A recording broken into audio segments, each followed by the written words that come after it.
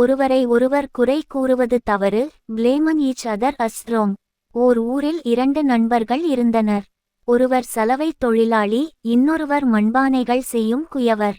2 பேருமே அரசரிடம் வேலை பார்த்து வந்தனர். ஒரு நாள் 2 பேருக்கும் இடையே சண்டை ஏற்பட்டது.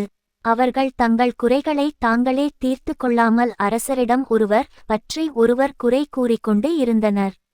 மண்பானை செய்யும் குயவர் சலவை தொழிலாளியை அரசரிடம் வசமாக சிக்க வைக்க வேண்டும் என்று எண்ணி அரசரை பார்த்து, அரசே, நமது பட்டத்து யானை கருப்பாக இருக்கிறது.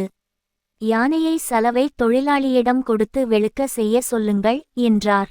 அரசர் மிகப்பெரிய முட்டாளாவார். அவர் எதை பற்றியும் சிந்திக்காமல் சலவை தொழிலாளியை கூப்பிட்டு யானையை வெளுத்து வரும்படி கூறினார். உடனே சலவை தொழிலாளி அரசரை பார்த்து, அரசே, யானையை வெளுத்து விடலாம். யானையை வேக வைக்கும் அளவிற்கு பெரிய பானை ஒன்றை குயவரை செய்து தர சொல்லுங்கள் என்றார். அரசர் குயவரை கூப்பிட்டு, யானையை வேக வைக்க பெரிய பானையை செய்து கொடு என்று ஆணையிட்டார்.